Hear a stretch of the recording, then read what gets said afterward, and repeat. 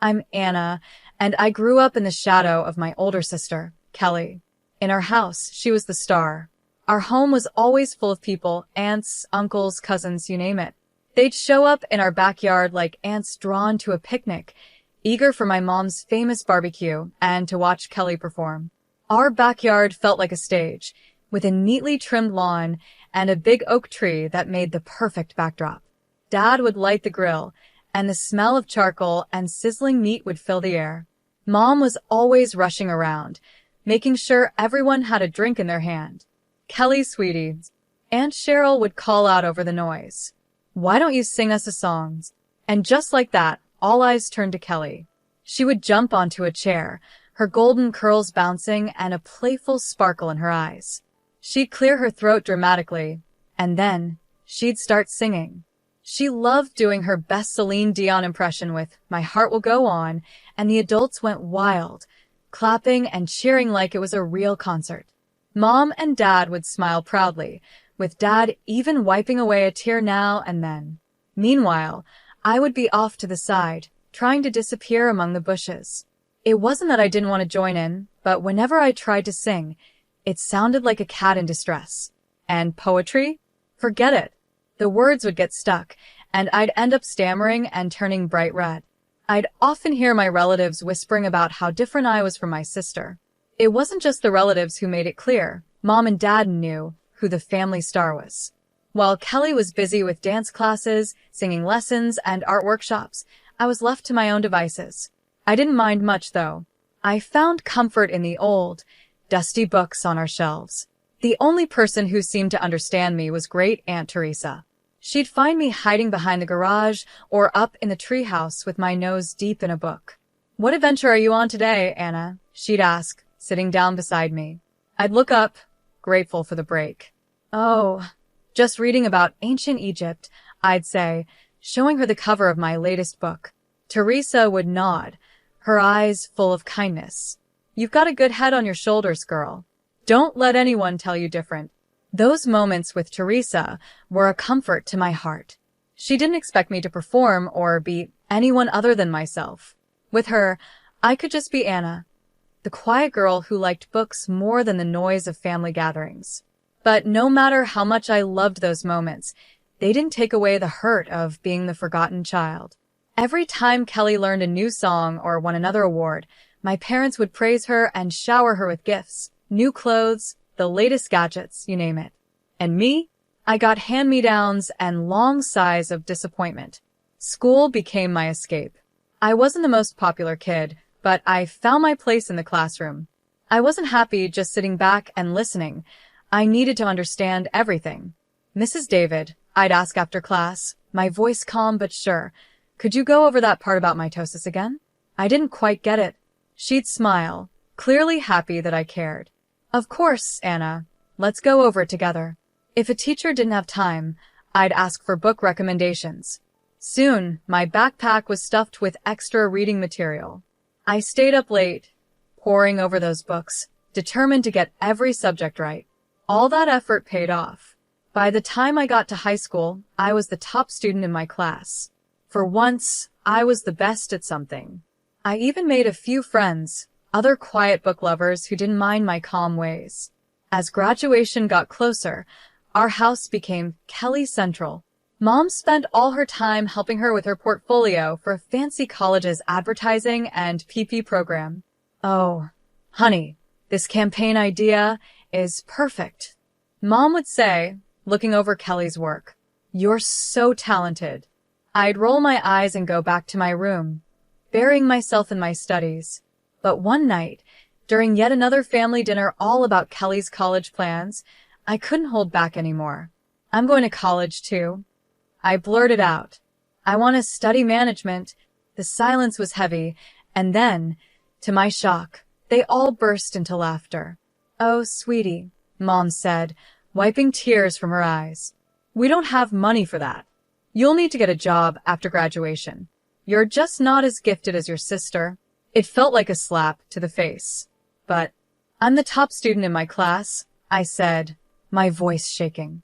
I stammered, my face burning with anger and embarrassment. "I get straight A's."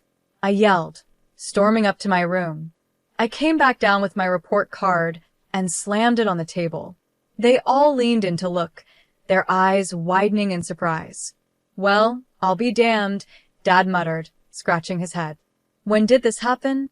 It's been happening for years. I snapped. Not that any of you ever noticed. Mom looked guilty. Her face flushed. Anna, we had no idea, she began, but Dad cut her off.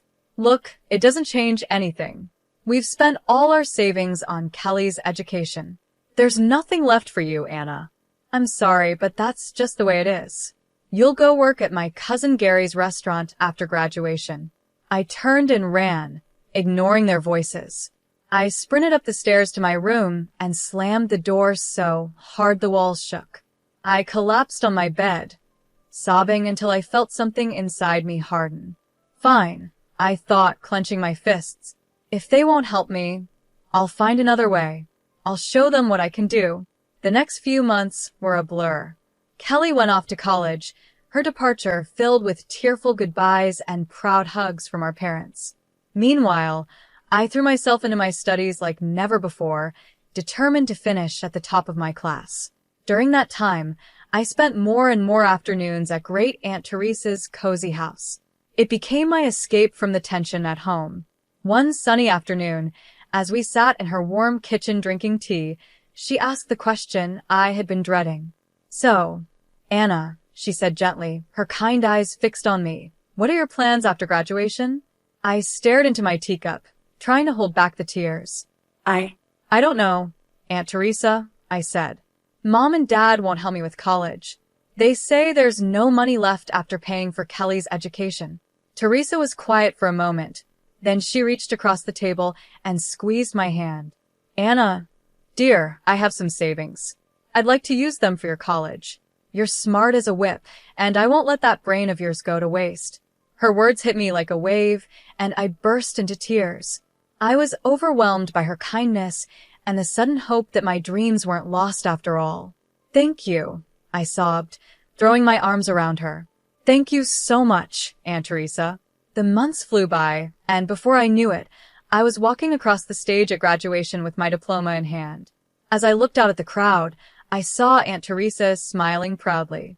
My parents were there too, but they looked more awkward than proud. That evening, as I was going through college brochures, Mom came into my room. Anna, honey, she said, her voice sugary sweet. Your father's cousin Gary called. He's got a waitressing job for you at his restaurant. Isn't that exciting? I took a deep breath. Actually, Mom, I won't be needing that job.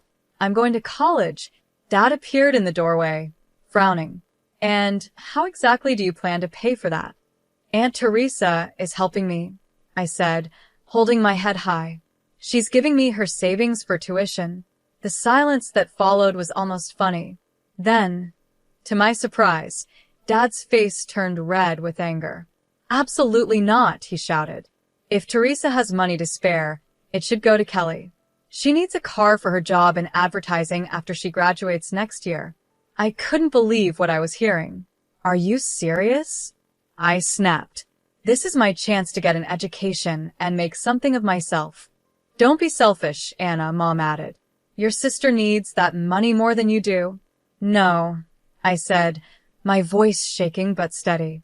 This is my money now, and I'm using it for college. End of discussion.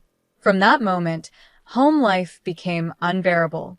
My parents either ignored me completely or snapped at me over the smallest things. The tension was crushing.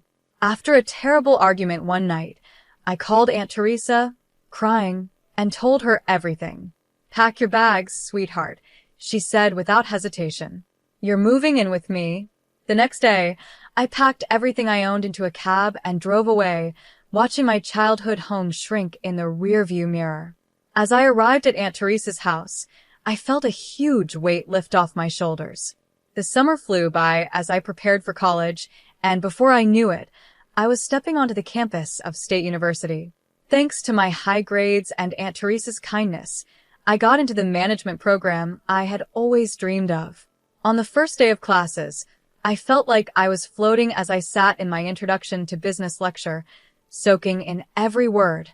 I couldn't help but think, I made it. I'm really here. Meanwhile, Kelly was starting her senior year at her fancy college. I hadn't heard much from her or my parents since I moved out, but I tried not to let it bother me. I was too busy enjoying my new freedom and the thrill of college life. Then, about a month into the semester, Aunt Teresa called. "Anna, dear," she said, sounding hesitant, "I think you should sit down for this." My heart pounded as she told me the news I'd missed.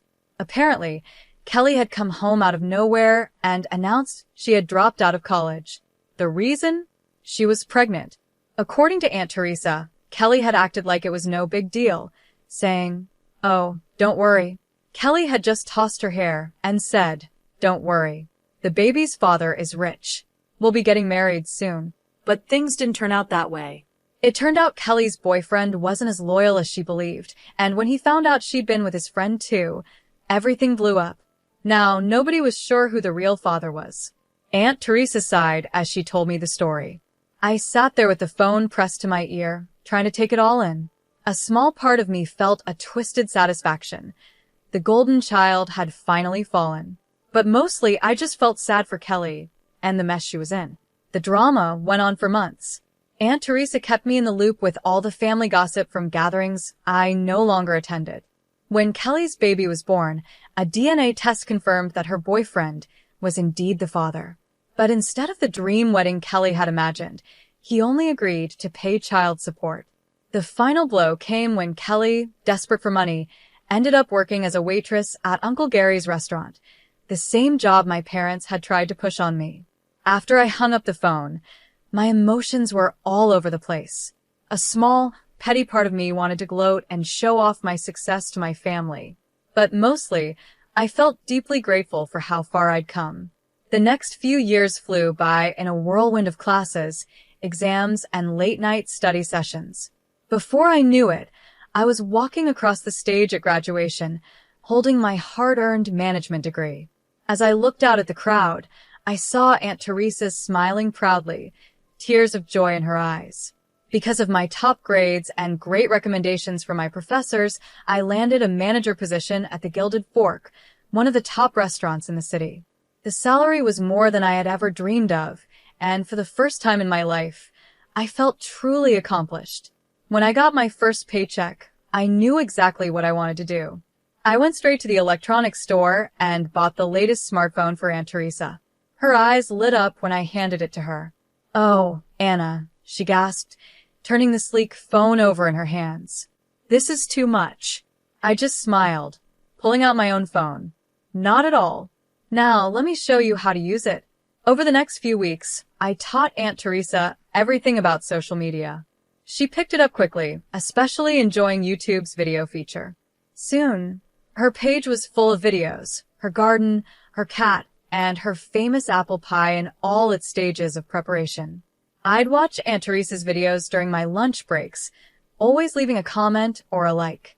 It became our way of staying connected, even when work kept me busy. One day, as I was getting ready for the dinner rush, my phone buzzed. I glanced at it and was surprised to see my mother's name. We hadn't spoken in years. "Anna," she said, her voice hesitant. "We were hoping you might come over to talk." After a long pause, I agreed. That Friday, I found myself standing on the porch of my childhood home, my hand hovering over the doorbell. Before I could press it, the door swung open. "Anna." My mother pulled me into a tight hug. "Oh, sweetie, it's so good to see you." Inside, I saw my father, Kelly, and a toddler I assumed was my niece. The atmosphere was tense, but not as hostile as I'd feared. "You look good, kiddo," Dad said, his voice gruff but friendly. "We hear you're doing well for yourself." I nodded, still a bit cautious. "I am. I'm a manager at the Gilded Fork now." Their eyes widened when I mentioned the restaurant's name. Mom cleared her throat. That's wonderful, dear. Actually, that's part of why we wanted to talk to you." For the next hour, they apologized for how they had treated me, admitting they were wrong to dismiss my potential. Then they got to the real reason for the visit. "Anna," Mom said, glancing at Kelly, we were wondering if you could help Kelly get a job at your restaurant." I looked at my sister, who was bouncing her daughter on her knee. She wouldn't meet my eyes. "I'll see what I can do," I said finally. "No promises, but I'll ask." True to my word, I spoke to Mr. Brandon, the restaurant owner, about Kelly. To my surprise, he agreed to give her a chance as an administrator. Kelly started the following week. I kept an eye on her, half expecting her to mess up or cause problems, but she surprised me. She was punctual, efficient, and the customers loved her friendly attitude. As the weeks went by, I found myself easing up around her. We weren't best friends, but we developed a respectful working relationship. Just when I thought everything was settled, life threw another surprise my way, this time a good one. One day, Mr. Brandon called me into his office. My heart pounded, worried I might be in trouble. But instead, he smiled and said, "Anna, how would you like to help me expand the business?" Before I knew it, I was stepping into a new chapter. I was in charge of opening not one, but 4 new restaurants. My days were packed with staff meetings, menu tastings, and crunching numbers. It was exhausting, exciting, and everything I had ever wanted. The promotion came with a big raise, and suddenly I had more money than I knew what to do with. That's when the calls from my parents began. At first, it was small things. "The roof is leaking," Mom would say, hesitantly. "We were wondering if you might be able to help out a little." It felt surprisingly good to say yes, to fix their problems with a simple transfer of money. It started with the roof, then a new water heater, and soon enough, I was paying for a complete home renovation. As their financial situation improved, thanks to the allowance I was sending them each month, the family gatherings returned. But this time, it was different. "Have you heard about Anna's latest project?" Mom would proudly tell the relatives. "She's opening a new restaurant downtown. We're so proud of her." I'd catch Kelly's eye across the room, and she'd give me a small smile. She was doing well, too, having been promoted to head administrator at the Gilded Fork. "My girls," Dad would say, putting an arm around each of us. Both of them making their old man proud.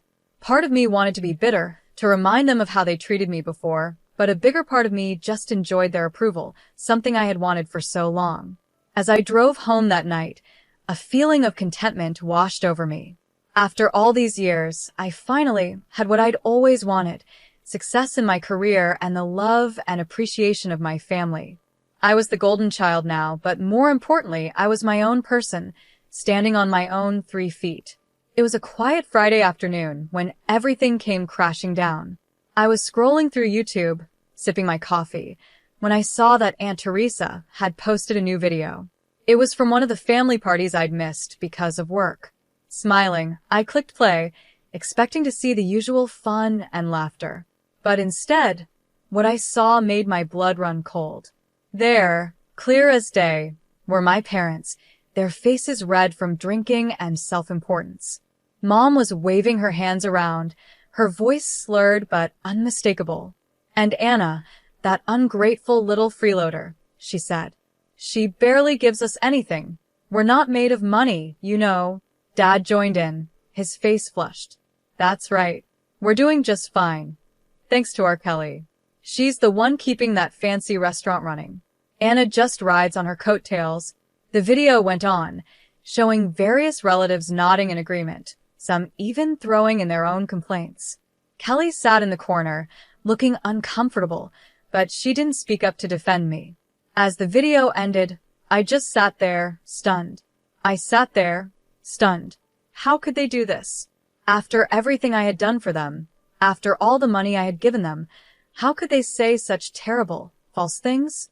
My hands were shaking as I scrolled down to the comments. There I saw a series of messages from my parents. "Teresa, delete this video right now. You had no right to post this. Take it down immediately."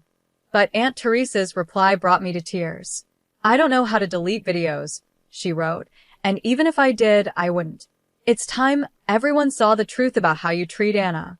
She's the one supporting you, and this is how you repay her kindness. Shame on you both."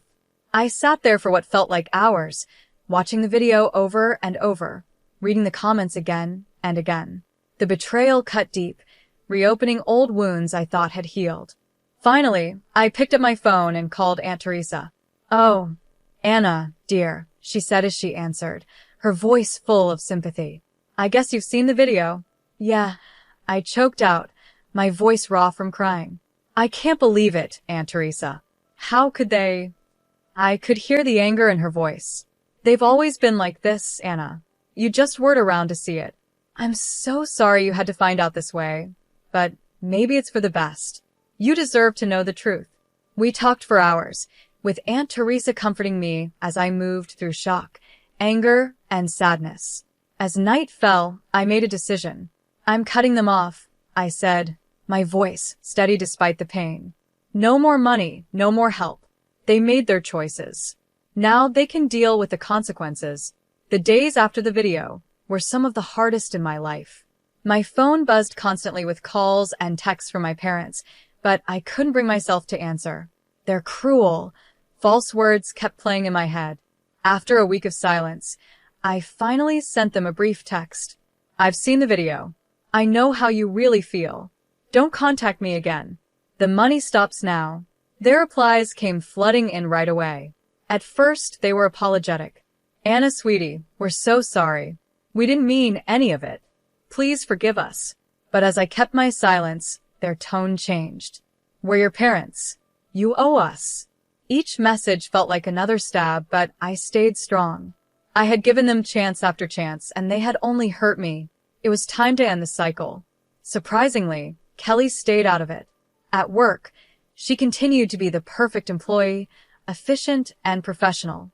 If she was upset about losing our parents' financial support, she didn't show it. Our interactions remained polite but distant. I'm not taking sides, Kelly told me one day after a staff meeting. It's between you and them. I nodded, appreciating that she was staying neutral, even though part of me wished she would stand up for me. But I understood. She had her own child to worry about now. As weeks turned into months, I found myself relying heavily on Aunt Teresa.